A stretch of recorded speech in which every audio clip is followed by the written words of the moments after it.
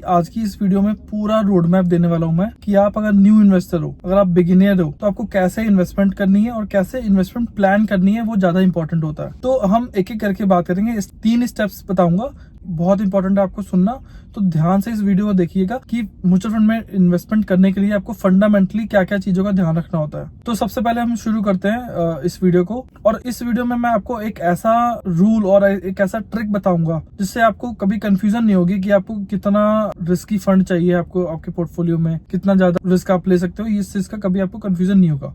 तो सबसे पहले अगर मैं बात करूं स्टेप 1 की, स्टेप 1 में आता है सेट योर गोल। आपका गोल क्या है इन्वेस्टमेंट करने के लिए?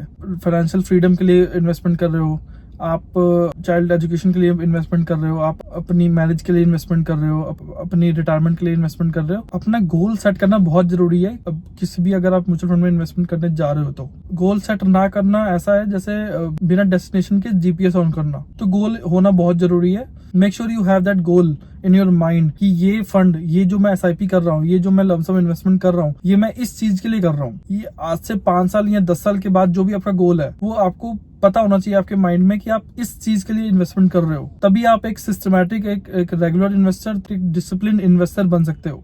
तो एक गोल होना बहुत जरूरी है। सेकंड वन अगर मैं बात करता हूँ स्टेप 2 की, आपको कितना इन्वेस्टमेंट आपका इक्विटी में होना चाहिए।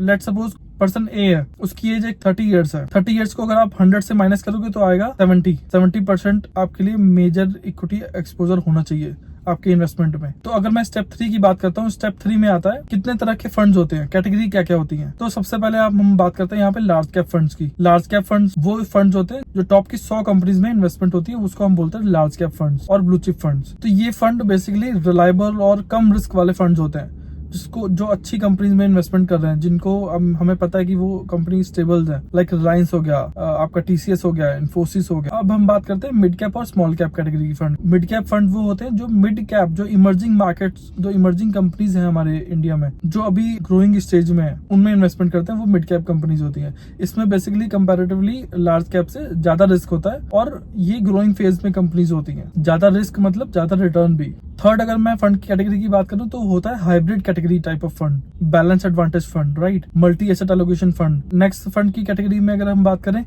Date fund. Debt fund basically purely debt पे इन्वेस्टमेंट करता है, गवर्नमेंट बॉन्ड्स पे, गवर्नमेंट सिक्योरिटीज पे, कॉर्पोरेट बॉन्ड्स पे, जो बेसिकली 100% सेफर होता है, सेफर साइड ऑफ इन्वेस्टमेंट। इसमें कोई रिस्क नहीं होता। इसमें कोई रिस्क नहीं है तो उस अकॉर्डिंग आपका रिटर्न भी कम ही होगा। तो डेट फंड्स में मोस्टली 6 से 7% तक का रिटर्न आप एक्सपेक्ट कर सकते हो। कंक्लूजन की बात करें तो सबसे पहले आपको अपना गोल सेट करना है कि आप किस चीज के लिए इन्वेस्टमेंट कर रहे हो। सेकेंडली आपको अपनी एज -100 जितना भी नंबर आता है उतना आपको अपना पोर्टफोलियो में इक्विटी एक्सपोजर रखना है। और थर्ड, आपके फंड्स कौन कौन से हैं, फंड्स आप कौन कौन से आप इन्वेस्टमेंट कर सकते हो।